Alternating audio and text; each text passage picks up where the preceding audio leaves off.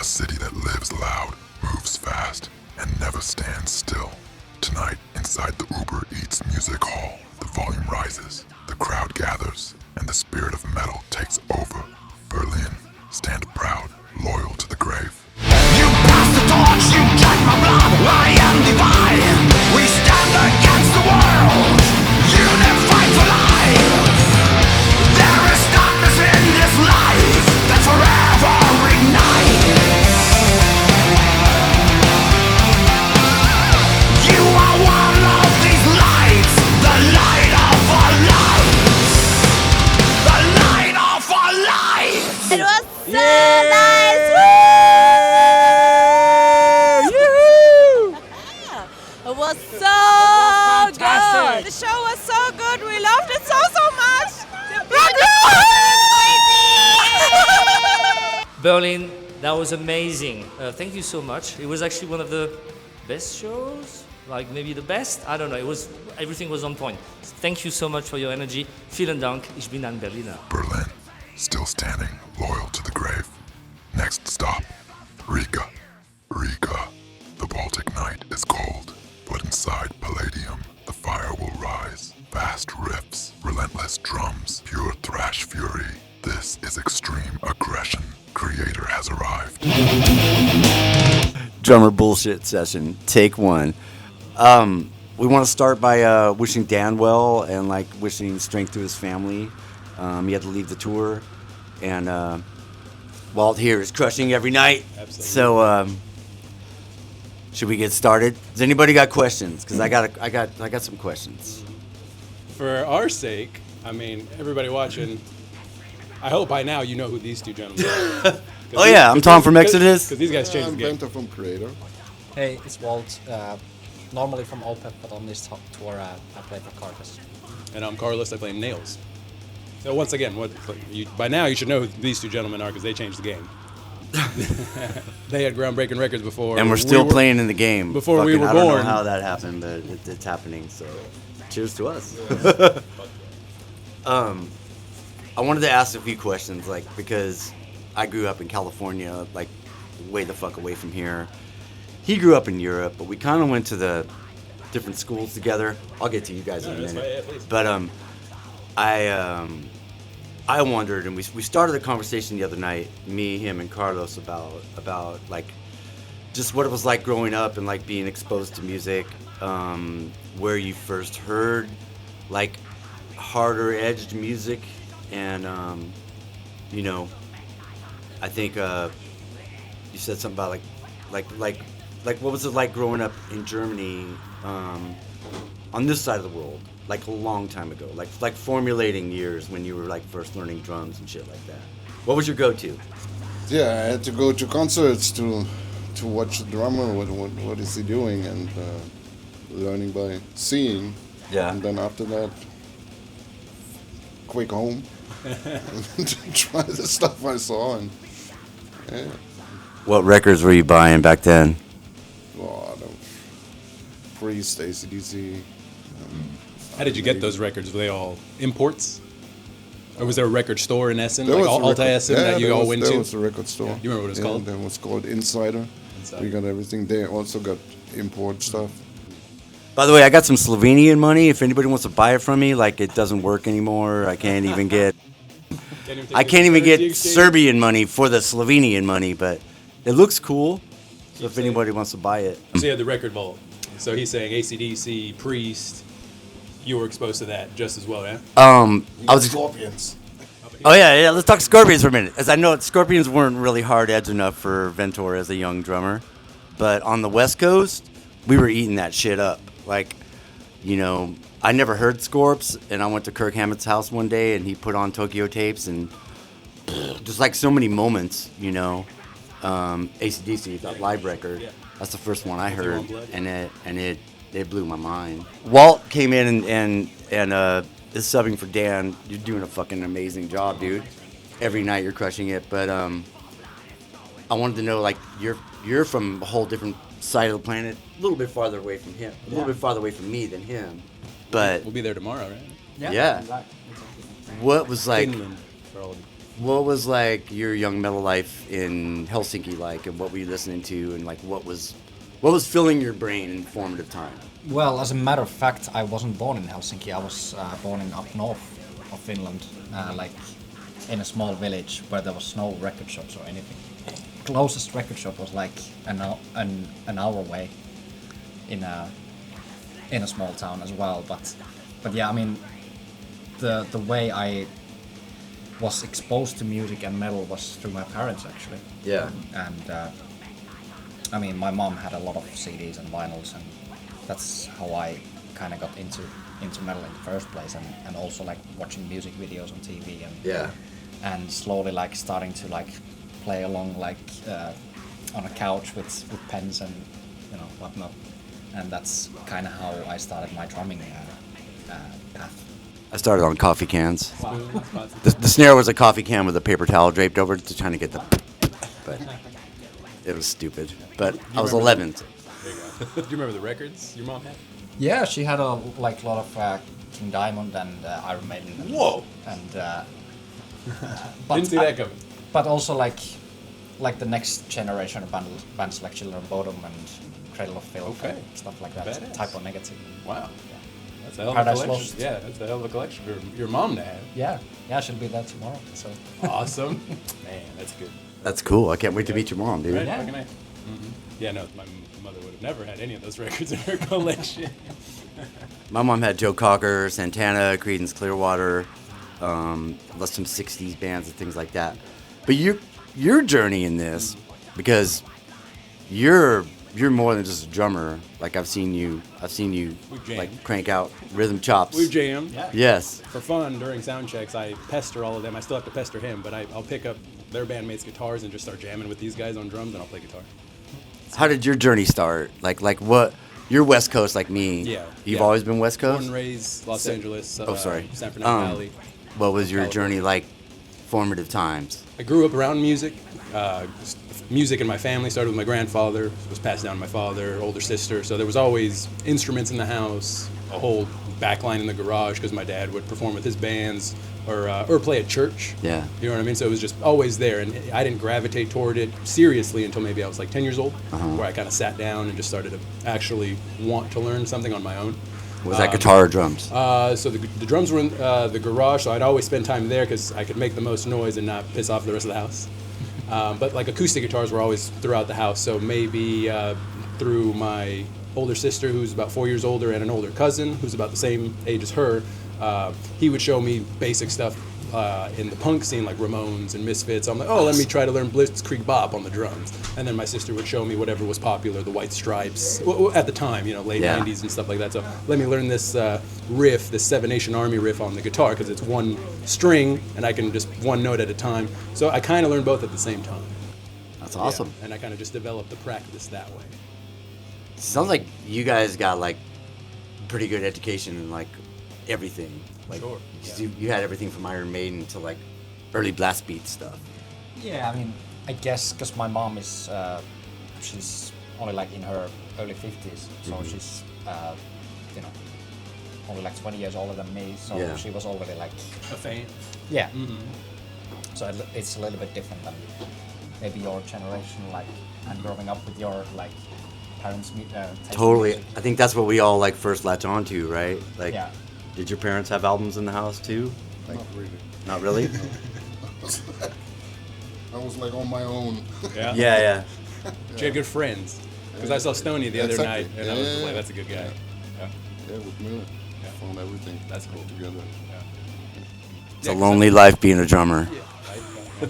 No, because I was the same. Through friends, we would start, oh, check out this band, check out this CD, whatever. Or if we were like the outcasts in our high school of like, I'm the only metalhead or thrasher at the time, right? I used to dress the way they used to dress, but and for me it was like 2005, and for them it was 1985. So, Yeah, I was, first time I met Ventor, I was 22, 23, touring in America together, and he was the first guy to like watch side stage and notice that I would sit kind of like this, almost 90 degrees, but when I would go for fills, I would do this. and like lean forward a lot. And he was like you were climbing over something? Exactly. Yeah. And he was the first guy to ever like take me aside, give me the pro tip, and he's like, you either need to raise the entire drum kit, or I guess at that time it would have been lower your seat, because there's no reason for you to hunch your back that way. You're only going to do damage in the long run, Yeah. and it's going to affect your, physical body as well as like your technique or whatever. So since then, it was just like raise the seat, as high as I could, and raise the drum kit as high as I could. So I just, so the rod of the throne is just an extension of my spine almost, Right. and it like never leaves that Yeah. position. So that was my school of thought. Pro tip, and I still use that today. That's good knowledge. Right. And then obviously I steal every fill under the sun from Mr. TH over here. I stole it from Clyde Burr, Tommy Aldridge, and I probably lifted a few from you too down you the. made it your way. You made it all your Yeah. way. And that's the thing. Like, put your life into it. It was a trip growing up, like just absorbing like drummers, and like Sure. Clive was one of my like I just fucking love this drumming because I like funk drumming, and I was like, how's this English dude incorporating these super like fast disco type beats into this metal music, and it kind of blew my mind. And then Phil Rudd, like Who inspired who? Like you were saying, how far back can you go before you're like, well, where did this sound start? Even right now at lunch with my band, we were talking about the other guys in my band come from more of the hardcore scene, kind of rooted in punk and stuff like that. They love metal, but maybe they don't come from the heavy metal culture Yeah. the way I do. So they were just like, oh, well, like what was Tony Iommi listening to? How did he create that sound? You know what I mean? It's like, oh, well, he says I was reading his book, and he's like, I was influenced by this band called The Shadows, which is like instrumental guitar music and stuff like that. And it's like, well, how do you take this and turn it into that? So the way you guys take Phil Rudd, how did you turn it into Piranha? How did you turn it into Pleasure to Kill? Piranha's a cozy pal lift, dude. Totally. Yeah, it's straight up. It's Straight Stargazer. Yeah. I mean, come on, cozy. R.I.P. Love you, You know buddy. what interesting is about except now Udo, the singer, he's playing with his son. His son is playing drums. Oh, no. And he does a really fucking good job, like imitating Stefan Kaufmann. Isn't We- Stefan playing guitar? Well, he was playing guitar. Yes. He after he couldn't play the drums anymore, he started playing guitars. But now he's just doing studio stuff, and they're recording the drums at his studio. That's cool. So he gives. He's still in the scene. Yeah, and he gives advices to Sven, and Sven is really a nice guy and a good drummer, and it's like funny to see, like the father playing. So, That's really that happens a lot with various bands I've toured with. Max Cavalera, Igor Cavalera, and he has his family all throughout his various bands. So it's cool to see like, oh well, my son is his original band is opening the tour, and then like Warbringer, my other band Warbringer, or whoever would be playing, and then his son would jump on stage to play bass in Cavalera or I whatever have it a was. So it project is with my kids. that's cool. I do. No way. Yeah. What's that like? That's the best thing that can happen. Yeah. Play music with Cool. your kids. It's like, yeah. Well, your son's a drummer, so what do you play? I play drums, What does he play?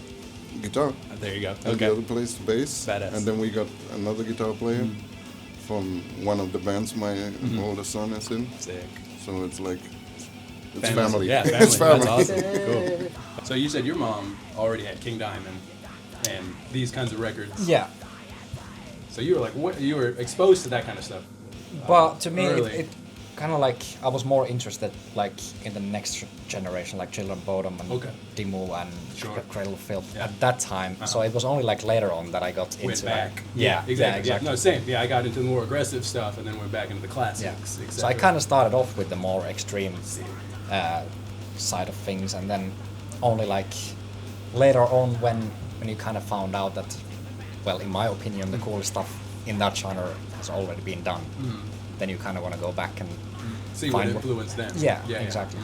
So I only got into like Slater only like way later on. Sure. For example, and same with Priest and King Diamond as well. So like for me, it was like, oh, let me learn the basics of like the Ramones and build up to being able to play, Battery or Damage Incorporated or something. Once I found that kind of music, where did you start? How do you just like jump into just playing Children of Bodom and Dimmu Borgir, or like were there basics? No, I guess I was mainly just like listening and trying to like even grasp what's happening there, because of course it was very fast stuff and For sure. It's all by ear. yeah. I learned by ear, just putting on headphones and just Yeah, he's- exactly. He's at the Me too. hi-hat here, he's at the right here, he does this fill this way.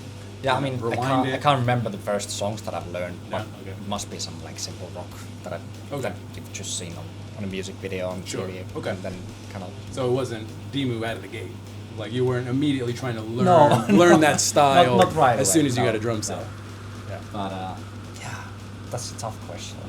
Like, I can't remember the exact songs that I Sure, was sure. jamming.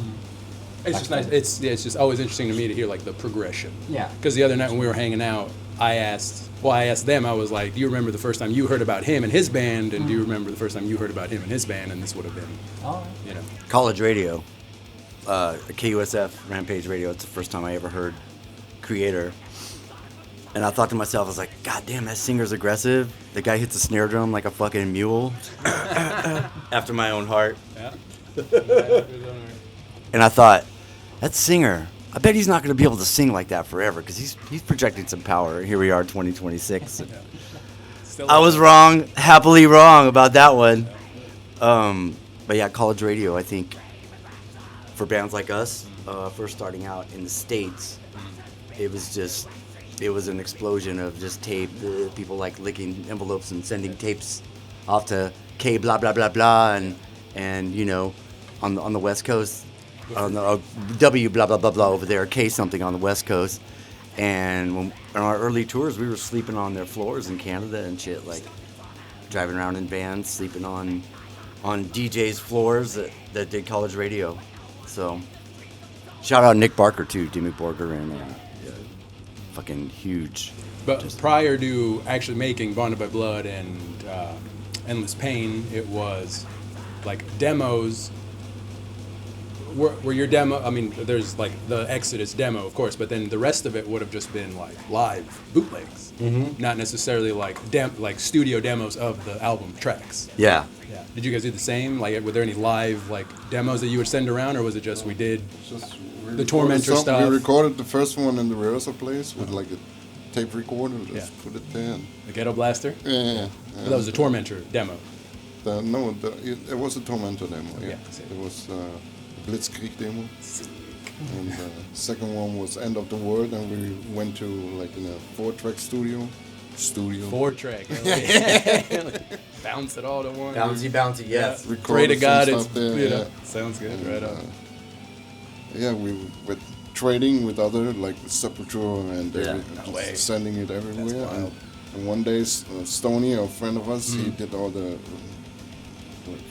Mailing, you know. yeah. And he decided to send it to a record company, Cool. and he did. Nice. And one day he came, do you want a record contract? And we were like, no, we don't. He said, it's too late. I got you one. Here, just sign it. That's awesome. That I didn't know. All right, that's great. That's an awesome story. Because your guys' first album, the label was on the East Coast, wasn't it? The Torrid? Our guys? first label was just two guys that, you know, had some money. They lived in upstate New York, so you gotta have good money to live there, I guess. But they wanted to start a label, and they wanted us to be their band, and they stepped away after the first one because we were getting distributed by the same company that did stuff for Combat Records. So it kind of like felt like it was a pretty organic transition between Torrid Records into Combat. We did 2 for them. Signed with Capitol. I left the band. Johnny joined. It's kind of a, you know the history. the history is a long time, and no regrets. So, I mean, did you think you would be doing this shit in 2026? No. When you were a young whippersnapper over here, mailing tapes around. Yeah, no idea. I think Like we're. that, it's like that. Me you know, too. like- What else we got to say? What? That was interesting. Yeah. Should we do this in 10 more years? Man, Good idea. I'm with it. It'd be interesting to see where everybody's at. As long as we're on the planet, we're doing good, I think. Yeah. Yeah. No, this tour's been great. It's been a surreal thing to go back in time and be like, high school me would be freaking the fuck out knowing that my band is on the same tour these two guys because they both play a very big role in my life and my growth as a drummer. You know what I mean? Yeah. Thanks, dude. Extreme passion from an extremely insane mind, resting on conscience, pushed up by white lines, inhuman violence. I never thought it would come this far, sadistic intention. My dream for blood is growing more and more.